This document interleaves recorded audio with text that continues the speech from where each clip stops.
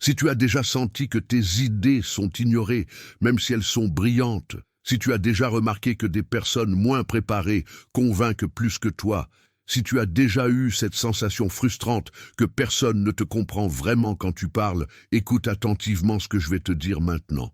Ce n'est pas toi le problème. Ce n'est pas ton intelligence, ni ton expertise, ni même ta manière de t'exprimer. C'est que personne ne t'a jamais enseigné la vérité sur comment le cerveau humain prend réellement ses décisions.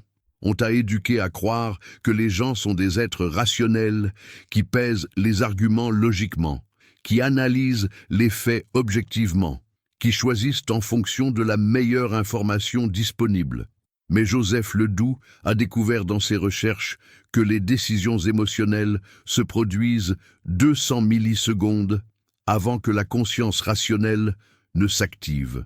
Antonio Damasio a prouvé en laboratoire que sans émotion, il n'existe aucune décision possible, même pour les choix apparemment les plus logiques. Et Carl Jung a révélé que nous communiquons à travers des symboles et des archétypes que l'inconscient reconnaît bien avant que l'esprit conscient ne traite les mots prononcés. Tu n'es pas seul dans cette frustration. Des milliers de personnes vivent exactement ce que tu vis en ce moment même. Elles ont les bonnes réponses, les solutions intelligentes, les arguments solides, mais elles restent invisibles dans leurs équipes, ignorées dans leurs relations, incomprises dans leur famille. Et ce n'est ni hasard, ni injustice cosmique.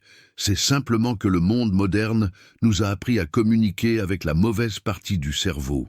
On nous a formés à convaincre la raison, alors que les décisions se prennent dans l'émotion.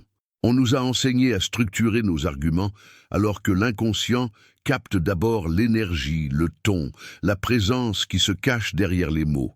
Cette dissonance entre ce que tu dis et ce que l'autre ressent crée une barrière invisible qui bloque toute vraie communication. Les grands sages de l'histoire, de Marc Aurèle à Carl Jung, ont découvert une vérité cachée que les neurosciences modernes confirment aujourd'hui. La vraie persuasion n'est pas une technique que l'on applique de l'extérieur, c'est une résonance que l'on crée de l'intérieur. Ce n'est pas manipuler l'autre, c'est synchroniser son système nerveux avec le sien.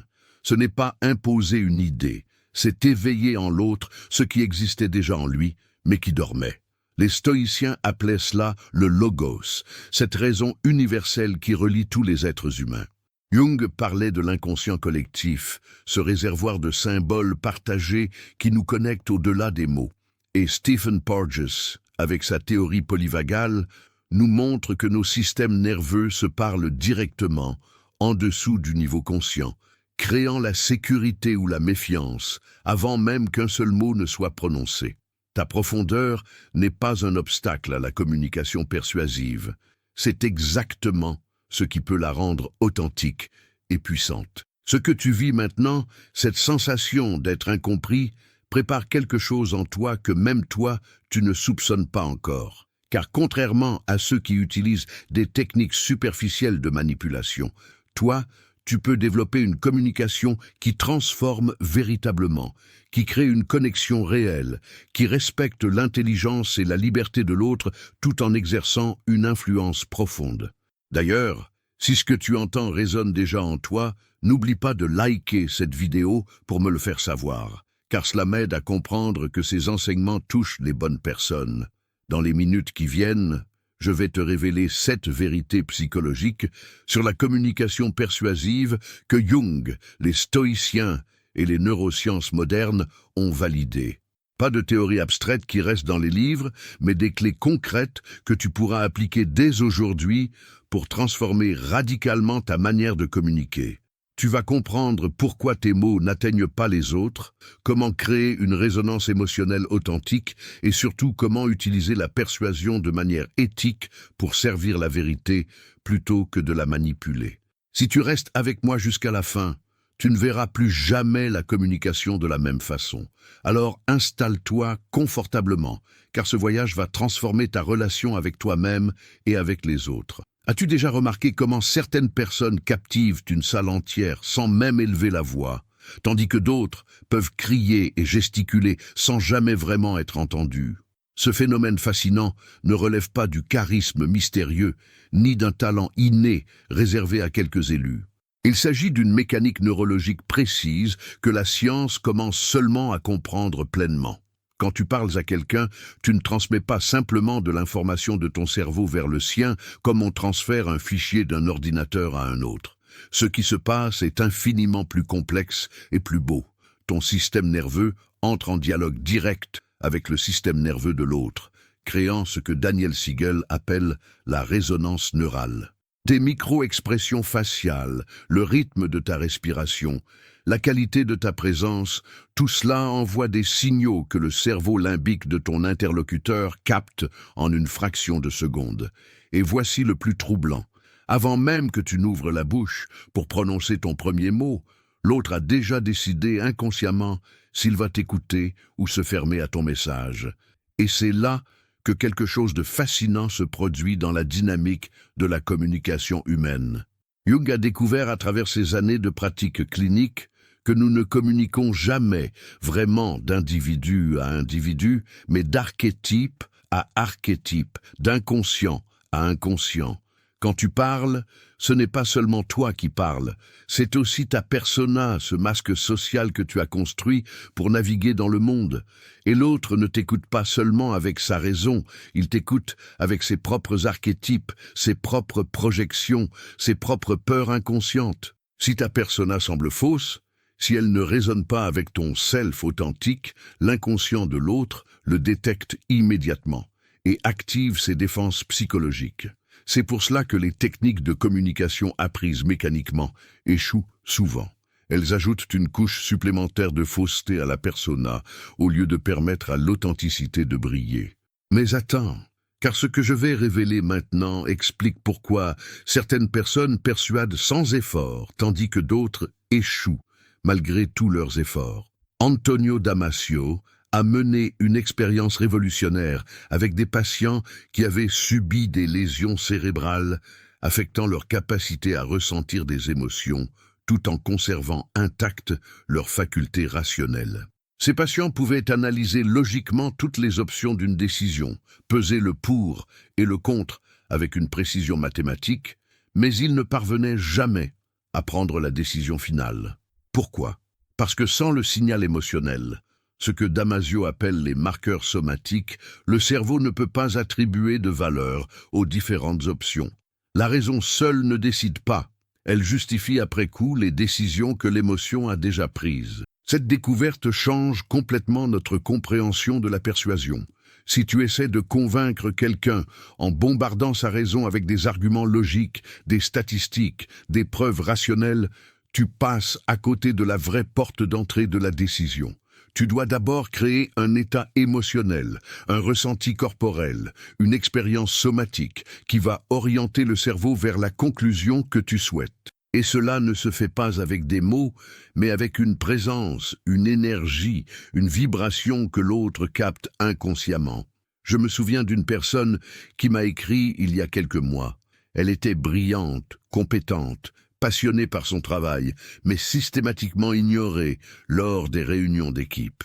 Ses idées étaient souvent reprises par d'autres semaines plus tard et saluées comme géniales. Elle m'a confié qu'elle se sentait invisible, comme si ses mots traversaient des gens sans jamais les atteindre vraiment. En discutant avec elle, j'ai découvert qu'elle avait développé une stratégie de protection inconsciente. Enfant, chaque fois qu'elle s'exprimait avec passion, on se moquait de son intensité. Alors elle avait appris à parler d'une voix monocorde, à garder son visage neutre, à dissimuler son enthousiasme derrière une façade de professionnalisme détaché. Ce qu'elle ne réalisait pas, c'est que cette protection émotionnelle créait exactement le résultat qu'elle craignait. En supprimant ses émotions pour éviter d'être jugée, elle supprimait aussi les marqueurs somatiques qui auraient permis aux autres de se connecter émotionnellement à ses idées. Son système nerveux envoyait un signal de désengagement et les systèmes nerveux de ses collègues répondaient par le même désengagement. Non par méchanceté, mais par simple résonance neurale automatique. Marc Aurèle écrivait dans ses méditations que nous sommes tous membres d'un même corps, que nos actions et nos pensées affectent inévitablement les autres, comme les parties d'un organisme s'influencent mutuellement. Cette vision stoïcienne trouve une validation scientifique étonnante dans les découvertes récentes sur les neurones miroirs. Quand tu observes quelqu'un accomplir une action ou ressentir une émotion, les mêmes zones de ton cerveau s'activent comme si tu accomplissais toi-même cette action ou ressentais toi-même cette émotion. Cette capacité d'imitation neurale est la base biologique de l'empathie, mais c'est aussi le fondement de toute communication persuasive authentique. Si tu veux que l'autre ressente quelque chose, tu dois d'abord le ressentir toi-même avec intensité. Si tu veux qu'il s'enthousiasme pour ton idée, ton enthousiasme doit être réel et non simulé. Sénèque disait que rien de grand ne s'est jamais accompli sans enthousiasme, et il avait raison non seulement philosophiquement, mais aussi neurologiquement. L'enthousiasme authentique crée une contagion émotionnelle que le cerveau de l'autre ne peut pas ignorer. Maintenant, voici ce que tu peux faire dès aujourd'hui pour transformer ta communication. Avant ta prochaine conversation importante, prends 3 minutes pour te connecter à ce qui compte vraiment pour toi dans ce que tu veux communiquer. Pas ce que tu veux que l'autre pense ou fasse, mais pourquoi cela compte pour toi profondément. Ressens cette importance dans ton corps. Laisse-la créer une sensation physique dans ta poitrine, dans ton ventre, dans ta gorge. Puis, quand tu commences à parler, ne te concentre pas sur les mots parfaits ou la structure logique parfaite. Concentre-toi sur le maintien de cette connexion à ce qui compte. Ton système nerveux va automatiquement ajuster ton ton, ton rythme, tes expressions faciales pour transmettre cette importance. Et le système nerveux de l'autre va le capter bien avant que sa raison ne commence à analyser tes arguments. Cette simple pratique peut transformer radicalement l'impact de ta communication. Et ce n'est que le début de ce que nous allons explorer ensemble. La plupart des gens croient que pour persuader efficacement, il faut parler beaucoup, présenter de nombreux arguments, couvrir tous les angles possibles d'une question. Mais cette approche produit souvent l'effet inverse de celui recherché. Elle active ce que les neuroscientifiques appellent la réactance psychologique, cette résistance automatique qui s'active quand quelqu'un sent qu'on essaie de limiter sa liberté de choix. Plus tu pousses, plus l'autre résiste, même s'il était initialement d'accord avec toi. Cette mécanique est profondément ancrée dans notre biologie de survie. Le cerveau est construit pour détecter les menaces à l'autonomie, car, dans notre passé évolutif, perdre son autonomie signifiait souvent perdre sa vie.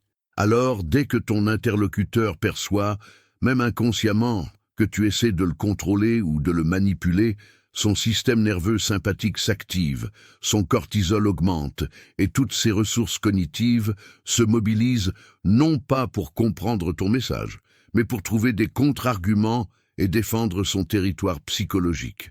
Tu peux avoir la meilleure idée du monde, présentée avec la logique la plus impeccable. Mais si tu déclenches cette réactance, tu as déjà perdu la partie avant même de l'avoir vraiment jouée. Voici où ça devient vraiment intéressant du point de vue de la psychologie profonde. Jung parlait de ce qu'il appelait la fonction transcendante, cette capacité de l'esprit à tenir ensemble des opposés apparemment inconciliables pour créer une synthèse nouvelle et plus élevée. Dans le contexte de la communication persuasive, la fonction transcendante se manifeste quand tu arrives à créer un espace où l'autre ne se sent pas forcé de choisir entre son opinion et la tienne, mais où une troisième voie peut émerger organiquement. Cela demande une compétence psychologique rare que peu de gens développent consciemment, la capacité de vraiment écouter sans agenda caché. Pas écouter pour trouver des failles dans le raisonnement de l'autre, pas écouter pour préparer ta prochaine réplique, mais écouter pour comprendre le monde tel qu'il apparaît à travers ses yeux, avec sa logique interne, avec ses peurs et ses espoirs légitimes. Quand tu écoutes de cette manière, quelque chose de magique se produit dans la dynamique relationnelle. Ton interlocuteur sent qu'il est vraiment vu, vraiment compris, et cette expérience crée une ouverture psychologique que toutes tes tentatives de persuasion directe n'auraient jamais pu produire.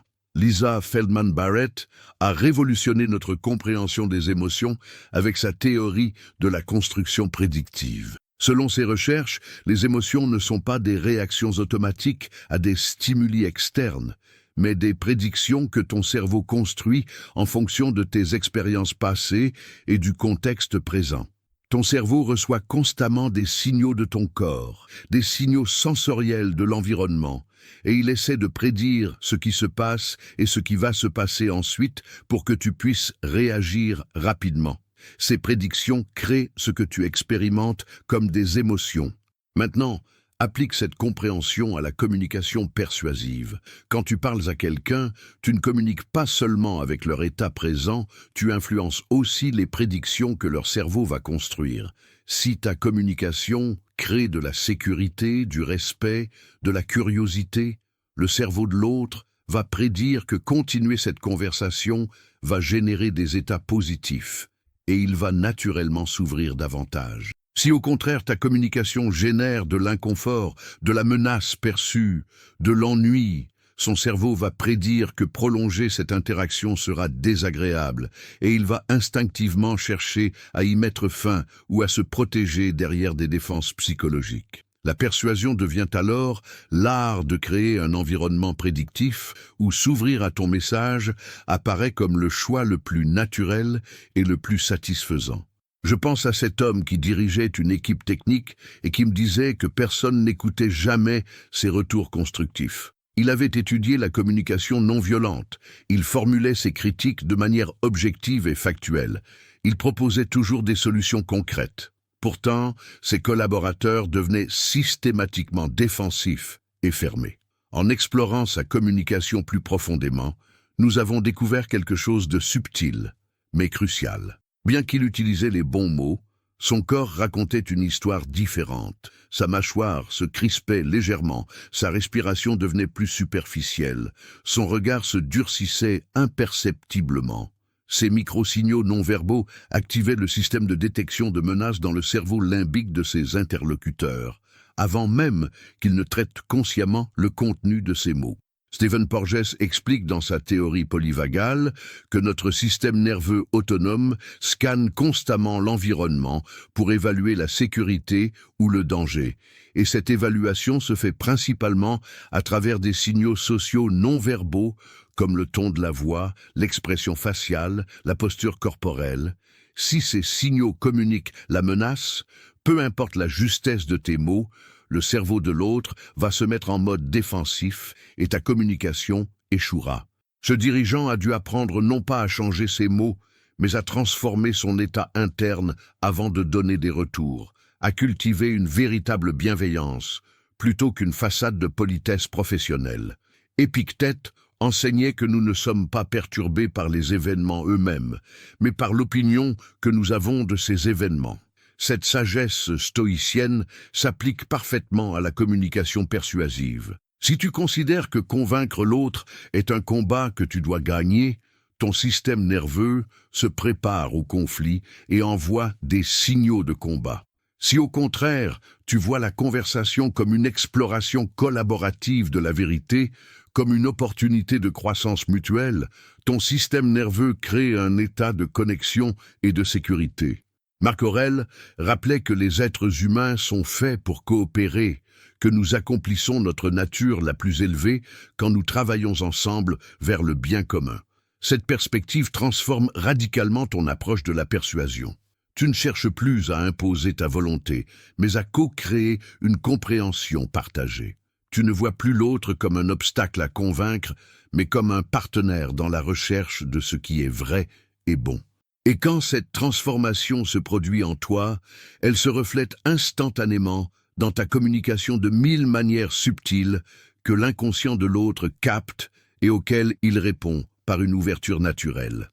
Maintenant, voici une pratique puissante que tu peux intégrer immédiatement.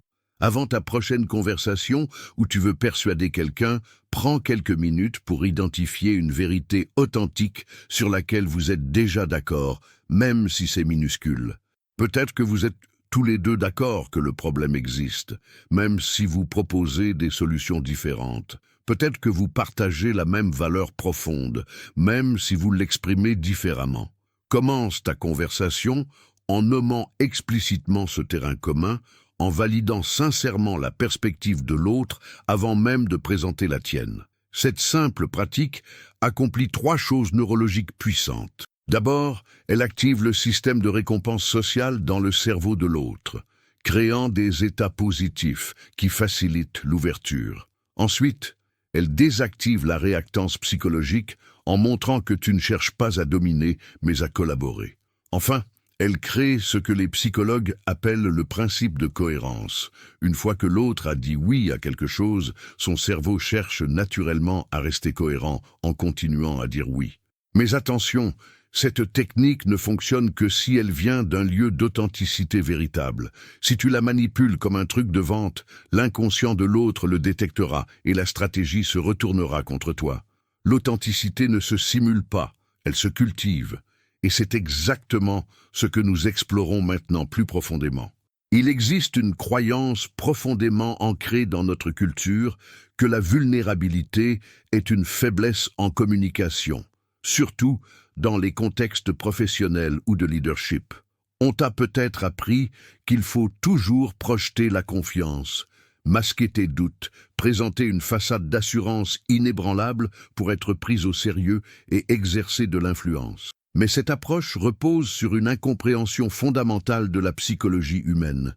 Quand tu caches systématiquement ta vulnérabilité derrière une armure de perfection apparente, tu crées ce que Jung appelait la persona rigide, un masque social tellement épais qu'il ne laisse plus passer aucune authenticité. Et l'inconscient des autres perçoit instinctivement cette rigidité, cette fausseté, même s'ils ne peuvent pas l'articuler consciemment.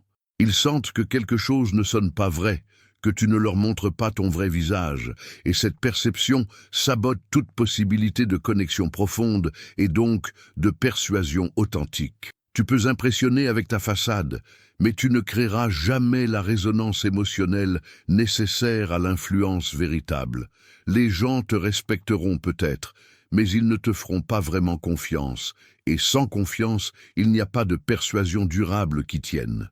Il se passe quelque chose de plus profond ici que ce que la surface laisse voir. Brené Brown a passé des décennies à étudier la vulnérabilité et a découvert quelque chose de paradoxal. La vulnérabilité authentique n'est pas une faiblesse, mais la source la plus puissante de connexion humaine et d'influence. Quand tu as le courage de montrer ton humanité réelle avec ses imperfections et ses incertitudes, tu donnes inconsciemment la permission aux autres de baisser leur propre défense. Tu crées ce que les neurosciences sociales appellent la sécurité psychologique, cet état où le cerveau peut passer du mode protection au mode exploration et apprentissage.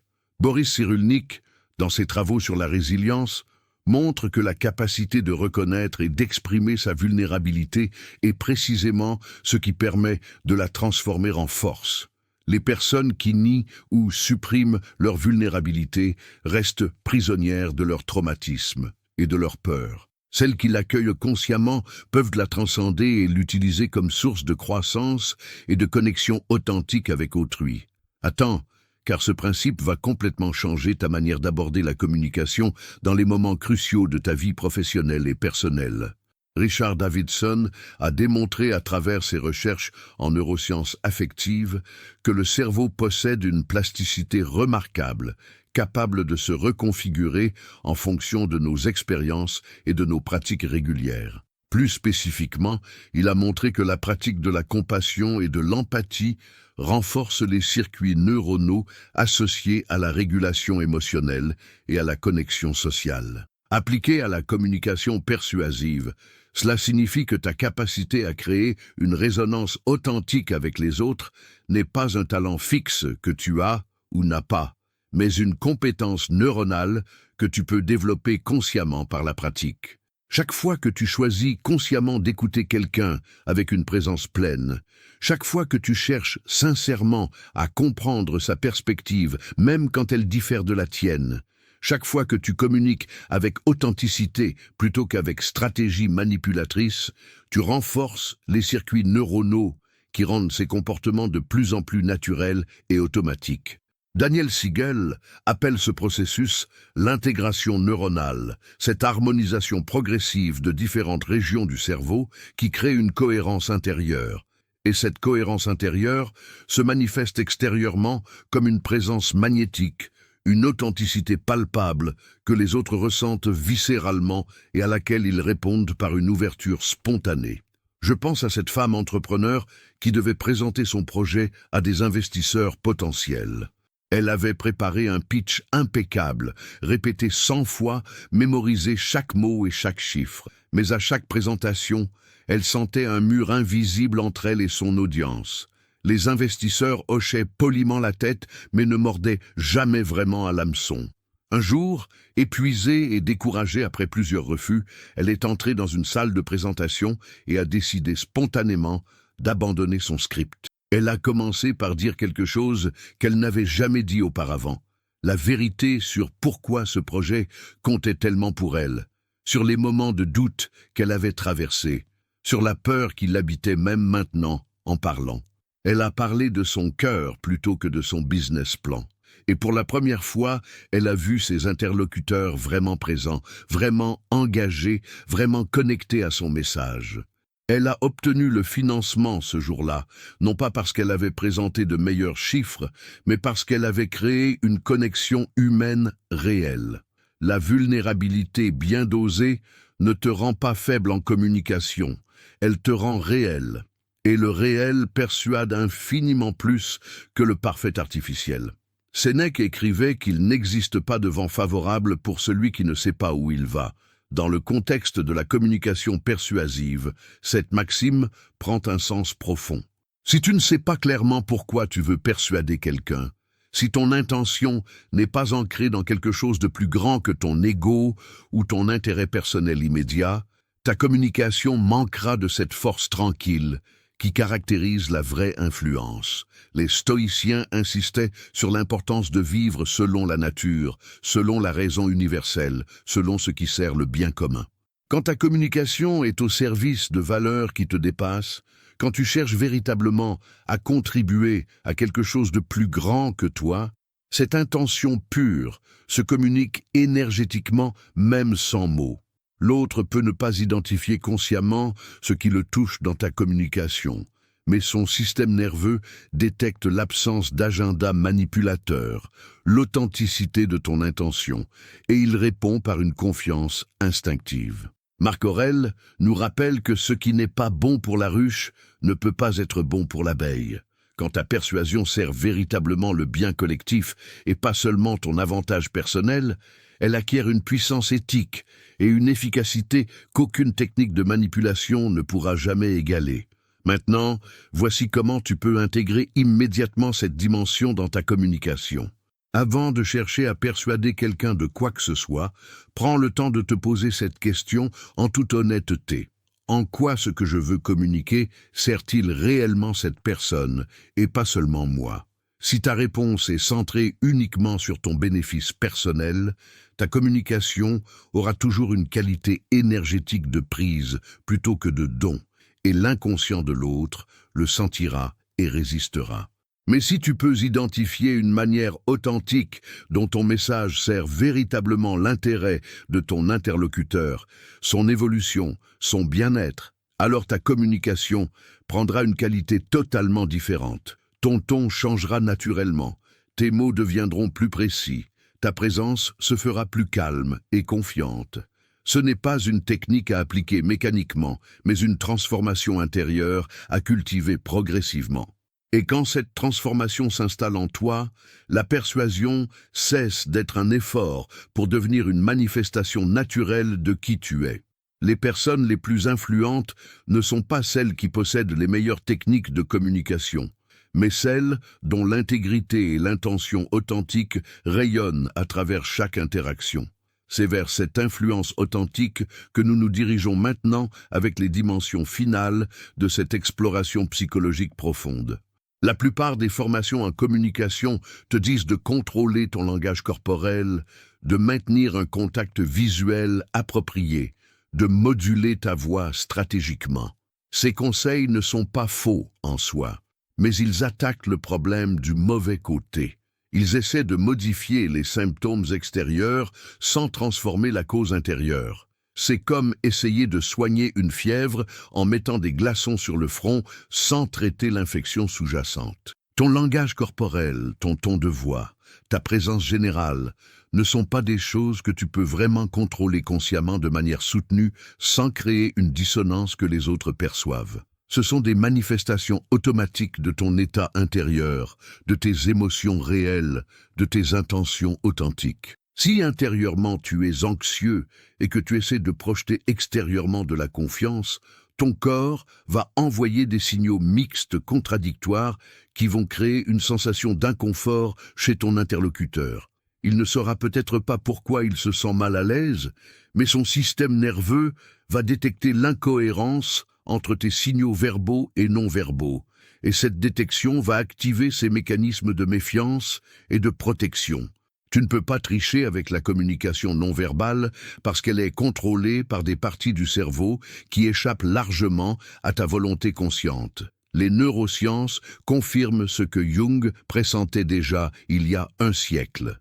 Paul Ekman a montré que les micro-expressions faciales, ces expressions fugaces qui durent moins d'un cinquième de seconde, révèlent nos émotions réelles même quand nous essayons de les masquer.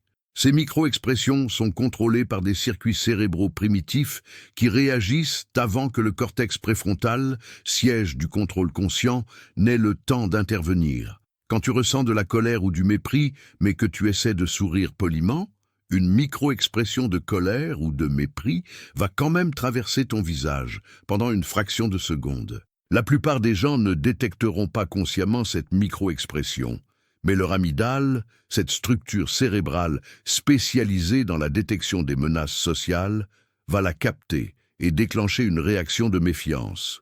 Voici donc la vérité inconfortable que les vendeurs de techniques de communication ne veulent pas que tu saches. La seule manière de communiquer de façon vraiment persuasive et authentique est de transformer ton état intérieur, pas de mieux contrôler tes manifestations extérieures. Si tu veux que ton corps communique la confiance, tu dois cultiver une vraie confiance intérieure. Si tu veux que ta voix transmette la conviction, tu dois être véritablement convaincu de ce que tu dis. Il n'y a pas de raccourci. Pas de technique magique qui te permettra de contourner ce travail intérieur de transformation psychologique. Jung parlait du processus d'individuation comme de la tâche centrale de la seconde moitié de la vie, ce chemin vers la réalisation de soi authentique où la persona se dissout progressivement pour laisser émerger le self véritable. Dans le contexte de la communication persuasive, ce processus d'individuation se manifeste comme un abandon progressif des stratégies manipulatrices et des techniques superficielles au profit d'une présence de plus en plus authentique et puissante. Au début de ce chemin, tu penses que la persuasion est une affaire de tactique et de technique à appliquer. Tu cherches les bons mots, les bonnes formulations, les bons gestes. Mais plus tu avances dans ton développement psychologique, plus tu réalises que la vraie persuasion émerge de qui tu es, pas de ce que tu fais. Quand tu es ancré dans ton authenticité, quand tu as fait le travail d'intégrer tes ombres et tes contradictions intérieures, quand tu communiques depuis ton self et non depuis ta persona défensive, tu développes une présence magnétique naturelle qui attire les autres et les ouvre à ton influence sans que tu aies besoin de techniques manipulatrices. Cette transformation ne se produit pas du jour au lendemain. C'est un processus graduel d'évolution psychologique qui demande du courage, de l'introspection et la volonté de regarder en face tes propres mécanismes de défense et de fausseté.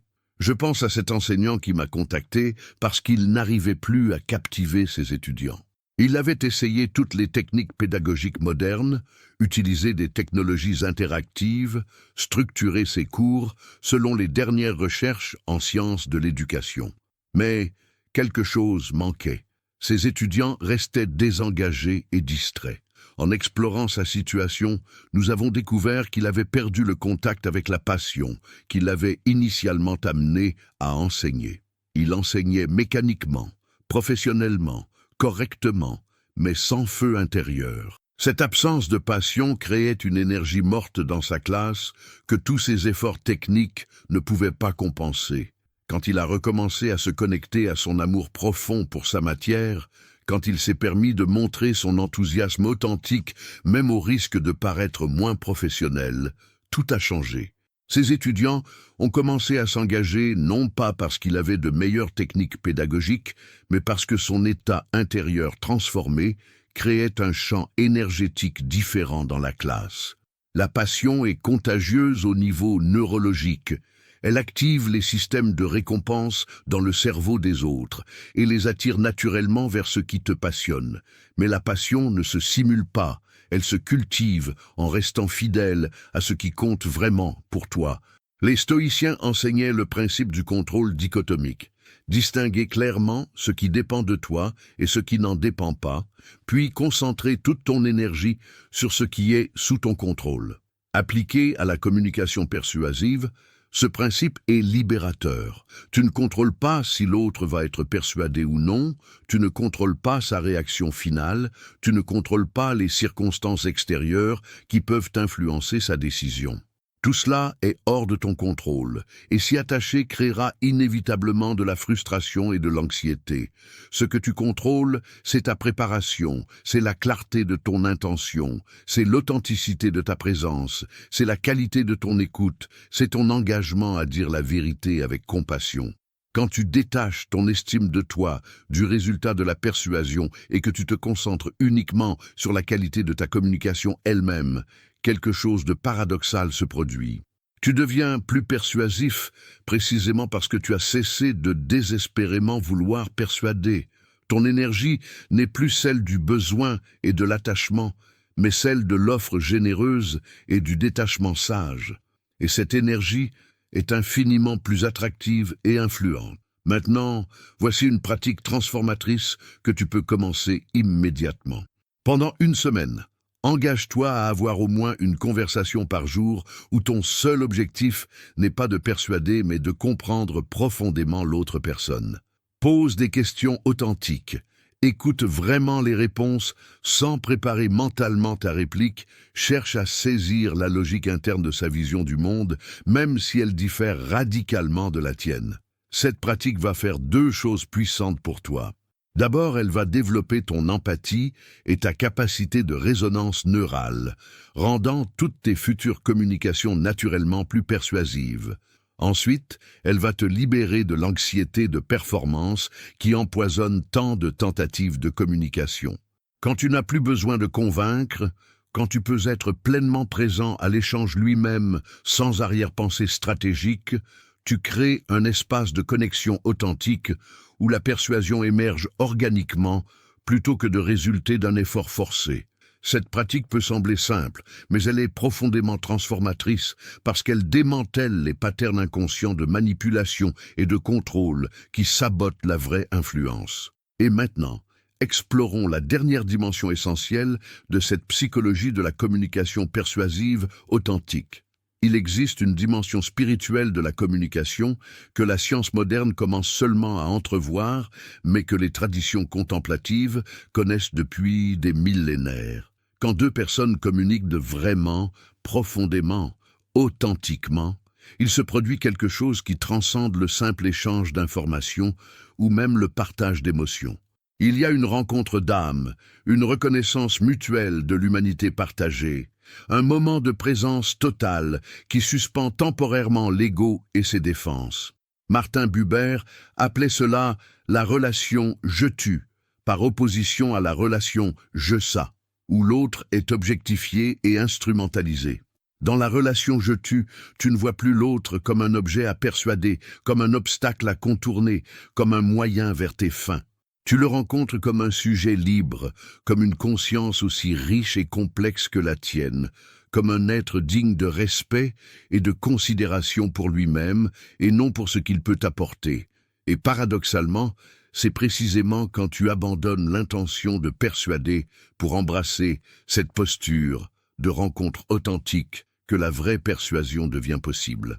Parce que dans cet espace de reconnaissance mutuelle, les défenses tombent naturellement, la vérité peut circuler librement et les transformations profondes deviennent possibles. Reste avec moi, car ce qui suit est crucial pour comprendre pourquoi tant de communications échouent malgré de bonnes intentions. La culture moderne nous a formés à voir les autres comme des ressources à exploiter, comme des marchés à conquérir, comme des audiences à séduire. Cette mentalité instrumentale imprègne toute notre manière de penser la communication, y compris nos tentatives de persuader. Nous voulons que l'autre change d'avis pour servir nos objectifs. Nous voulons qu'il agisse d'une certaine manière parce que cela nous avantage. Nous voulons obtenir son accord, son soutien, son engagement comme on veut gagner une partie d'échecs. Cette attitude, aussi subtile soit-elle, crée une dynamique de pouvoir et de manipulation que l'inconscient de l'autre détecte infailliblement. Son système nerveux sent qu'il est traité comme un objet plutôt que comme un sujet, et il active automatiquement ses mécanismes de protection. Jung nous mettait en garde contre cette tendance à projeter nos propres ombres sur les autres, à les réduire à nos attentes et nos besoins, plutôt que de les rencontrer dans leur altérité radicale. La vraie communication persuasive commence quand tu renonces à ton besoin de contrôle, quand tu accueilles la liberté irréductible de l'autre, quand tu es prêt à être transformé par la rencontre autant que tu espères transformer l'autre. Cette ouverture mutuelle est la matrice de toute persuasion authentique et durable. Les neurosciences sociales révèlent quelque chose de fascinant sur la nature de la conscience humaine. Nous ne sommes pas des individus isolés qui interagissent occasionnellement avec d'autres individus isolés. Nous sommes fondamentalement des êtres sociaux dont la conscience même se construit et s'actualise à travers nos relations avec les autres. Daniel Stern a montré que dès les premiers mois de vie, le bébé développe ce qu'il appelle l'accordage affectif avec sa mère. Cette capacité à synchroniser ses états internes avec ceux d'une autre personne. Cette capacité ne disparaît pas à l'âge adulte, elle devient simplement plus sophistiquée et plus subtile. Quand tu communiques avec quelqu'un, vos systèmes nerveux entrent littéralement en synchronie, vos rythmes cardiaques s'alignent, vos patterns respiratoires se coordonnent, vos activités cérébrales se reflètent mutuellement. Cette synchronisation neurophysiologique est la base matérielle de ce que nous appelons la connexion ou la résonance. Et c'est cette synchronisation qui permet la persuasion authentique. Quand vos systèmes nerveux sont en harmonie, quand une véritable résonance s'établit, l'autre devient naturellement plus réceptif à tes idées, non pas parce que tu as utilisé une technique de manipulation, mais parce que vous êtes temporairement dans un état de conscience partagé, où les frontières de l'ego s'assouplissent, et où la communication peut se faire de cerveau à cerveau, de cœur à cœur. Je pense à ce médiateur professionnel qui travaille avec des conflits apparemment insolubles, des situations où deux parties sont tellement enfermées dans leur position qu'aucun argument rationnel ne semble pouvoir les faire bouger. Il m'a confié son secret après des années de pratique. Il ne cherche jamais à persuader qui que ce soit d'avoir tort ou raison. Il crée simplement un espace où chaque partie peut vraiment entendre l'autre, où la douleur et les besoins de chacun peuvent être reconnus sans jugement. Et dans cet espace de reconnaissance mutuelle, quelque chose de miraculeux se produit régulièrement. Les positions rigides commencent à s'assouplir, non pas parce que l'une des parties a gagné l'argument, mais parce que les deux ont vécu une expérience de compréhension mutuelle qui transforme leur relation même au conflit. Ce médiateur a compris intuitivement ce que les neurosciences confirment. La persuasion la plus profonde ne se fait pas par l'argumentation, mais par la transformation de la relation elle-même. Quand tu changes la qualité de la connexion entre toi et l'autre, quand tu passes d'une dynamique adversariale à une dynamique collaborative, les changements de perspective et d'opinion suivent naturellement sans effort forcé. Marc Aurèle nous rappelait de nous lever chaque matin avec cette pensée. Aujourd'hui, je vais rencontrer des gens ingrats, arrogants, malhonnêtes, mais je ne serai pas troublé car je sais qu'ils agissent ainsi par ignorance du bien. Cette sagesse stoïcienne est une clé essentielle pour la communication persuasive authentique. Quand tu rencontres la résistance, l'opposition, le désaccord, ta première réaction instinctive peut être la frustration, l'irritation, le jugement.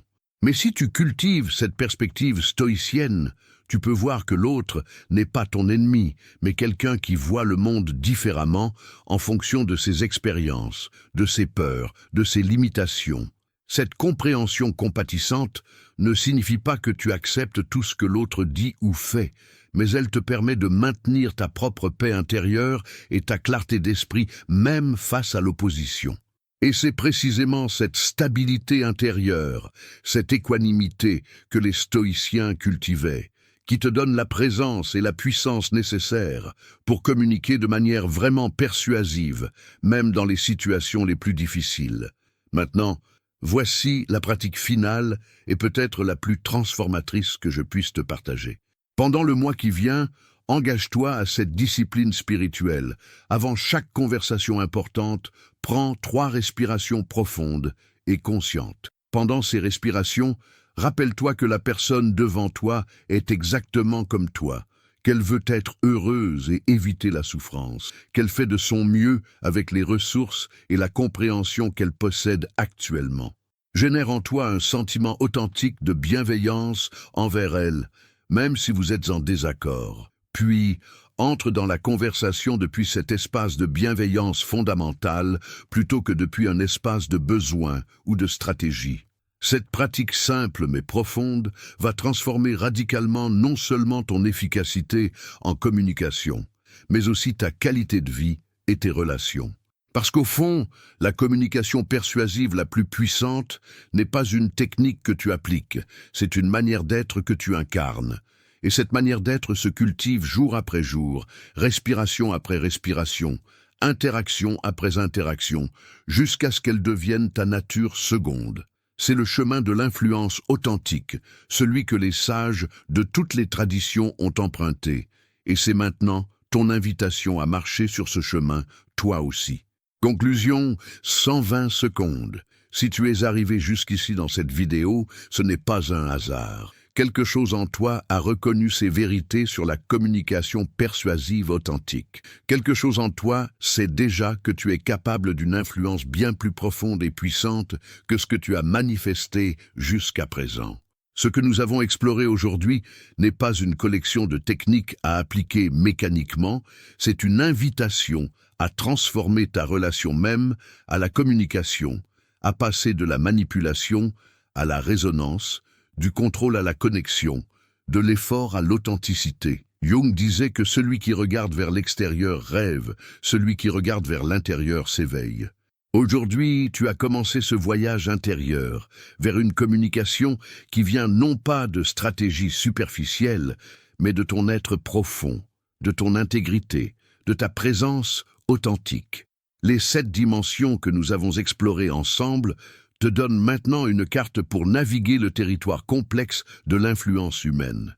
Tu comprends maintenant que la vraie persuasion commence par la résonance neurale que tu crées avec ton système nerveux, en dialogue avec celui de l'autre. Tu sais que l'authenticité ne se simule pas, mais se cultive par l'intégration progressive de ton ombre et de ta lumière.